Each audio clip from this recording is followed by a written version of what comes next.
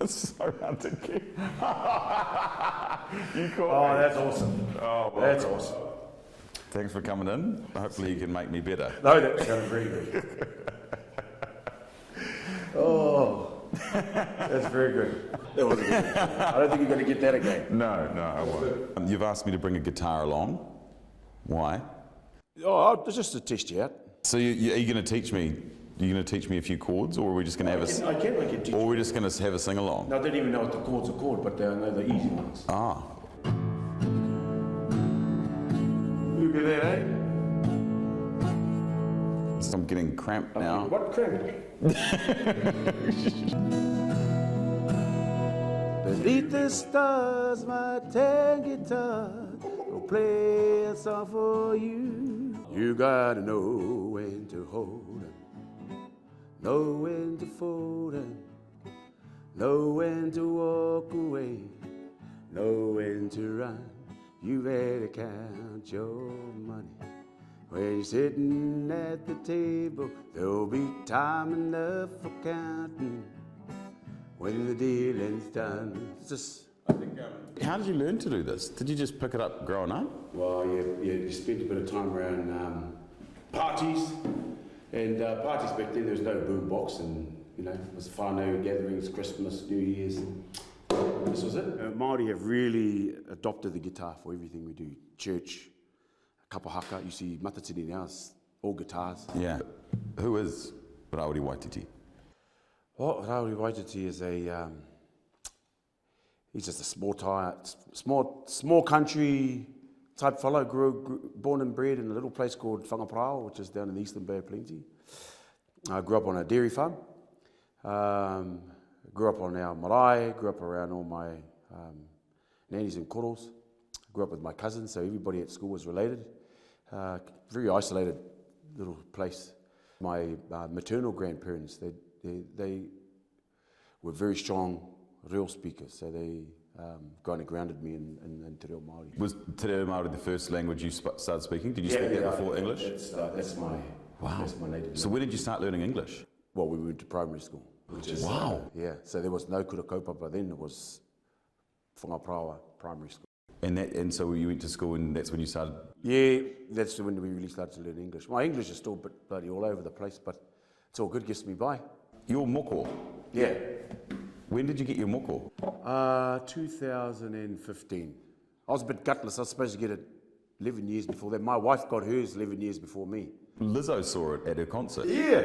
And she called it, yeah.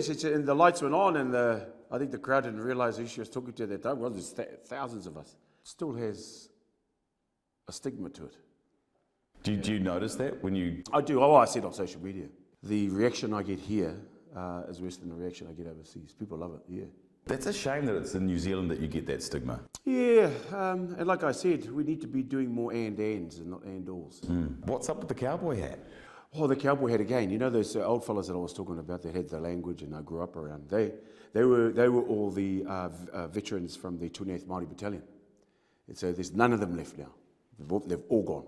And so down on the coast, our part of the coast, Ngāti Parau, Whānau, right up to Ngaitai, they were known as Ngā Kaupoi, the cowboys.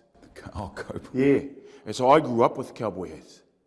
All on our pie was all cowboy hats. Wherever we went with these old fellas, all cowboy hats. We grew up with a strong horse culture, strong guitar culture.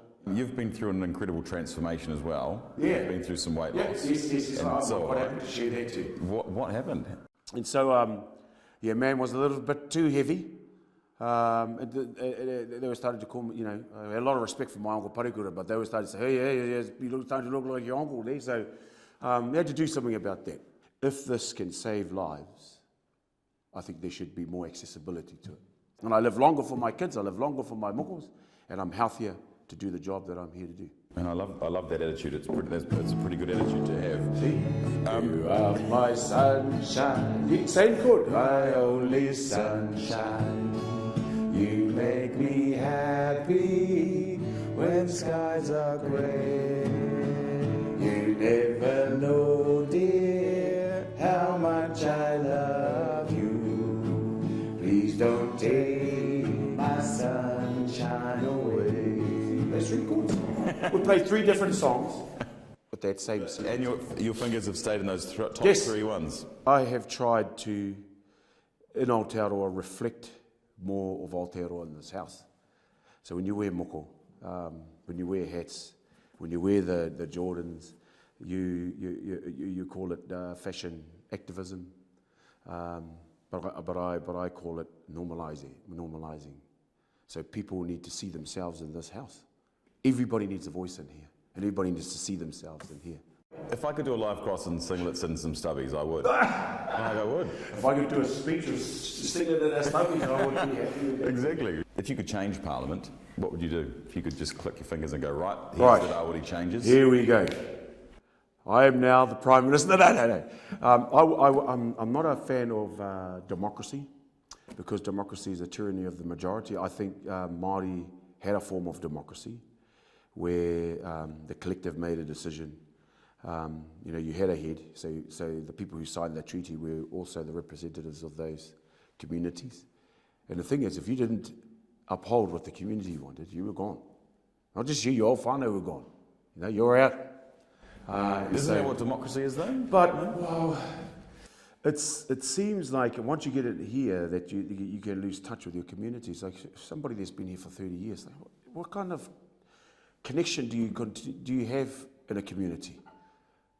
That's a big question I want to ask all those MPs who have been here more than 20 years. But wouldn't they have been voted out if they'd stuffed around their community? Well, I think the current system is, if you're blue, you're blue. If you're red, you're red. I've got some quick fire questions. Yeah, go for to get through. What is something that most people won't know about you?